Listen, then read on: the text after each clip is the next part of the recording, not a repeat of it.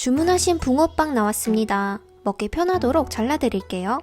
진짠 줄 알았죠? 이건 간식이 아니라 붕어빵 인형입니다.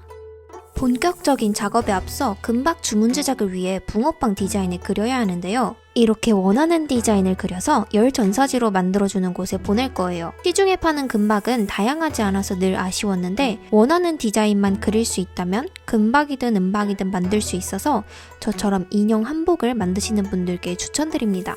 이제 디자인을 보내고 기다리는 동안 인형을 꾸며보겠습니다. 전에 사용했던 아이를 새로 꾸미려니 인형이 슬퍼하네요.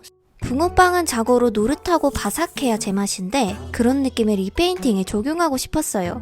그러면서도 일러스트와는 비슷해야 해서 진짜 사람 같은 느낌보단 캐릭터에 가까운 느낌으로 꾸며줄 건데 그러니까 제가 어휘력이 딸려서 설명을 못하겠습니다. 영상 보시면 평소 리페인팅과 다르다는 거를 눈치채실 거예요. 노란색과 살구색을 섞어 붕어빵의 색을 살려주고 눈썹은 냅다 색연필로 채웠습니다.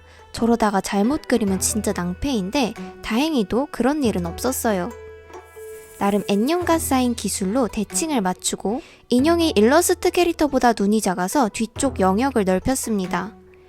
눈을 기준으로 위쪽은 노란색으로 아래쪽으로 내려올수록 밀가루 반죽처럼 연한 톤으로 맞춰주고 점막 부분은 흰색으로 채웠습니다. 이런 부분은 물감을 사용해야 티가 잘 나는데 매번 느끼지만 리페인팅을 설명할 때면 제가 마치 뷰티 유튜버가 된 것 같아요. 저는 제 얼굴 화장은 잘 못해서 임보라님 영상 틀어놓고 자주 따라하는데 깔끔하고 러블리한 메이크업 영상 많이 올려주셔서 따라하기에 좋더라고요.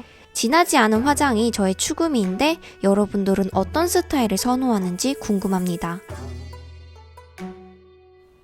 마무리로 기름을 잔뜩 묻힌 붕어빵처럼 에나멜을 바르고 유광 스프레이를 사용해 기름칠을 더해줬어요. 이건 제가 쓰다 남은 가발 재료들입니다. 매번 새로운 가발을 사용하니까 항상 이렇게 남아요. 버리긴 아까워서 모아두는데 언제 한번 털어야겠다는 다짐을 하고 새로운 가발을 샀습니다. 주로 소민형 가발 만들 때 쓰이는데 고열사 가발이랑은 다르게 미끄럽지 않아서 머리 스타일링 하기에 훨씬 편해요. 모자르지 않게 넉넉하게 준비를 해두고 적당한 양을 잘라서 동글동글한 밑머리에 붙여주겠습니다. 가발은 뒤쪽부터 시작해서 정수리로 올라가야 해요. 근데 간격도 생각해야 하는데 층을 너무 촘촘하게 붙이면 머리가 부해져요. 이렇게 아무 생각 없이 붙이는 것 같아도 저는 다 계획이 있습니다. 집중하며 붙이고 있었는데 가발이 털 재질이라 그런지 옷에 다 묻어서 제가 털복숭이가 되어 있었어요. 근데 이거 아니어도 원래 털복숭이라 개의치 않고 커트나 해주겠습니다. 자르다 보니 앞머리숱이 생각보다 너무 많아서 조금 답답해 보일 수 있을 것 같았어요. 일단 그런 부분은 나중에 생각하기로 하고 인형 머리에 씌운 붕어빵 모자부터 꾸며줄게요. 저는 붕어빵에 전통적인 멋을 더해볼까 합니다.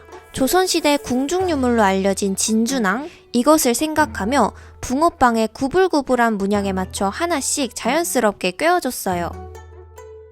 전통 장신구 하면 또 옥이죠? 이렇게 붕어빵 틀에 말랑제를 넣어서 먹을 순 없지만 귀여운 옥장식을 만들고 얼굴이 나오는 구멍 근처에 머리와 꼬리를 달아줬습니다. 이거 말고도 포인트가 될 다른 장식들도 해줄 건데요. 작지만 포인트가 될 비즈들을 만들어서 마치 머리핀처럼 색이 안 겹치게 배열하고 이 색조합 진짜 찰떡 아닌가요?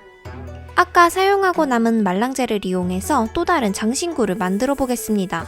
이렇게 도넛 모양으로 다듬어주고 키링처럼 달 수 있게 끈으로 매듭을 지어서 레진으로 만든 다양한 파츠들로 꾸며봤습니다.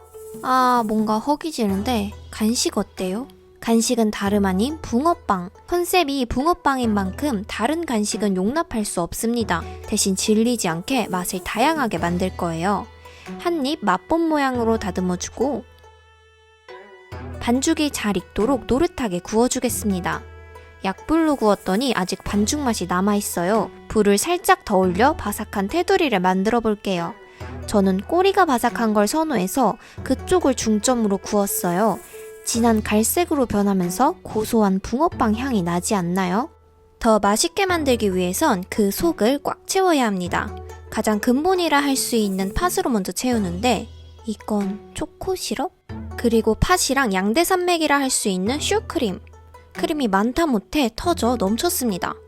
마지막은 저의 최애인 크림치즈와 팥 조합으로 만들어줄 거예요. 이 조합은 길거리에선 보기 힘들고 가끔 카페나 팝업에서 팔던데 그냥 붕어빵 말고 페스츄리 붕어빵으로 먹었을 때 가장 맛있습니다. 이제 거기에 아이스 아메리카노를 더하면 존맛탱. 사실 이건 진짜가 아닌 장식용 파츠였습니다. 그래서 제가 먹지는 못하고 인용 소품으로 사용할 거예요. 조선시대 감성이 느껴지는 보리붕어. 원래는 보리굴비지만 지금만큼은 보리붕어입니다. 생선을 쉽게 보관하기 어려웠던 옛 선조들은 이렇게 줄에 엮어 말려먹는 방식을 택했는데요.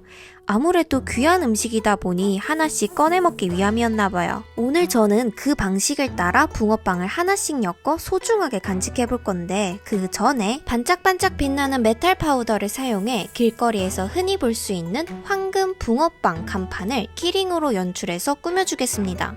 전통 스티커를 붙여서 한복과 어울리는 포인트를 주고 체인으로 연결해 모자에 또 다른 장식으로 달아줬어요. 이렇게 음식과 한복의 조합을 실제로 만드니까 한복의 고전적인 아름다움과 음식의 친숙한 요소로 인해 전통과 현대가 어우러지는 느낌이에요. 이제 아까 만든 보리 붕어를 매달 만한 무언가가 필요합니다. 그 무언가는 한복 치마가 될 거예요. 작가님의 일러스트를 보면 치마가 마치 종이 포장지처럼 구겨져 있어요.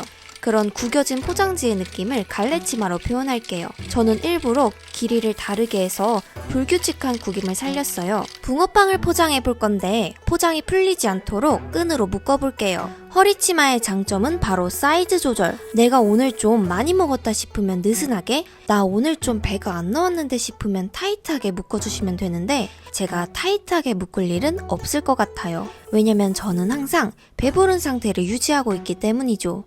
근데 여러분, 그런 제 배를 더 든든하게 채워줄 특별한 붕어빵이 지금 막 도착했습니다. 부자가 될 것 같은 기운이 팍팍 나는 진정한 황금 붕어빵입니다. 이걸 이용해서 저고리를 만들 건데요. 한복천에 잘 붙을지 궁금해서 미니 붕어빵으로 실험을 해봤어요.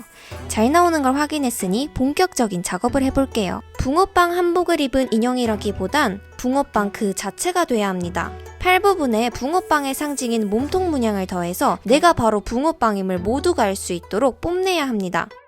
안감은 반죽 같은 아이보리색으로 겉감은 황금빛으로 빛나도록 하고 깃은 바삭한 테두리 마냥 갈색 원단을 사용했어요. 이제 아까 만든 파츠들을 장식해주기만 하면 돼요. 먼저 꽃장식, 저의 최애인 크림치즈 붕어빵. 균형 있게 반대쪽도 똑같이 꾸미고 붕어빵으로 머리 본드 자국도 슬며시 가려줬습니다. 이렇게 고운 차림엔 고운 신발이 함께해야 합니다. 마무리로 곱디 고운 비단신을 만들 차례인데요. 옛날에는 손바느질로 만들었겠지만 저에겐 편하디 편한 미싱기가 있습니다. 이번 신발은 여러 번의 시행착오를 거쳐서 가장 괜찮은 방법을 찾았어요. 특별한 문양이 있는 건 아니지만 박음질로 모양을 내서 밋밋하지 않게 만들고 예쁜 모양도 중요하지만 신었을 때의 착용감도 중요합니다. 딱딱한 밑창이 아닌 폭신하고 두께감 있는 재료로 만들었어요. 물론 컨셉이 붕어빵이라 노란색 원단을 사용한 것도 있지만 예로부터 노란색은 행운과 번영을 가져다 준다고 믿었어요. 그 안에 담긴 의미가 특별해서 선택한 이유도 있습니다. 이 영상을 보시는 여러분께도 올 한 해 많은 행운과 번영이 찾아오면 좋겠습니다. 물론 저도 포함해서요. 이렇게 붕어빵이 완성되었는데요. 오늘 영상도 재밌게 봐주셔서 너무 감사합니다. 그럼 저는 이만 붕어빵을 팔러 떠나겠습니다. 안녕!